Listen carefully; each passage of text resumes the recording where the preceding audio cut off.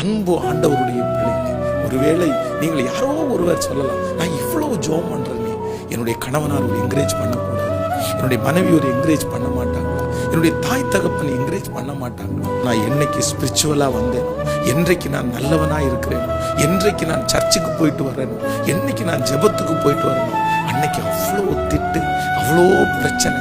நான் கெட்டவனாய் இருக்கும்போது எனக்கு நிறைய என்கரேஜ்மெண்ட்.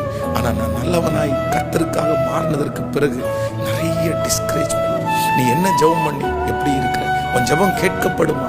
ஆனால் ஆண்டவர் இன்று வாக்கு கொடுக்கிறார், அப்படி என்கரேஜ்மெண்டே இல்லாமல், உற்சாகப்படுத்துதல் இல்லாமல், சோர்ந்து போய் இனி நான் ஏன் இப்படி செய்ய வேண்டும், நான் செஞ்சு என்னதான் எனக்கு மரியாதை, நான் செஞ்சதுனால எனக்கு என்ன பண்ண போறாங்க அப்படின்னு நினைச்சிட்டு இருக்கிற ஒவ்வொருத்தரையும் பார்த்து கர்த்தர் சொல்லுகிறார், உன் ஜெபத்திற்கு பதில் உண்டு.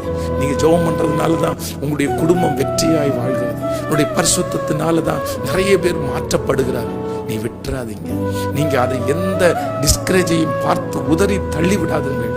பரலோகத்தின் தேவனாகிய கர்த்தர் தூதர்களுக்கு முன்பாக உங்களை கர்த்தர் தட்டி கொடுக்கிறார், உங்களை மெச்சி கொள்கிறார். ஒரு நாள் சீக்கிரமாய் வரும், அந்த பரலோகத்தின் தேவன் எந்த இடத்திலே உங்களை தட்டி கொடுக்கவில்லையோ அந்த இடத்திலே கர்த்தர் உங்களை கொண்டு போய் நிறுத்தி உங்களை கர்த்தர்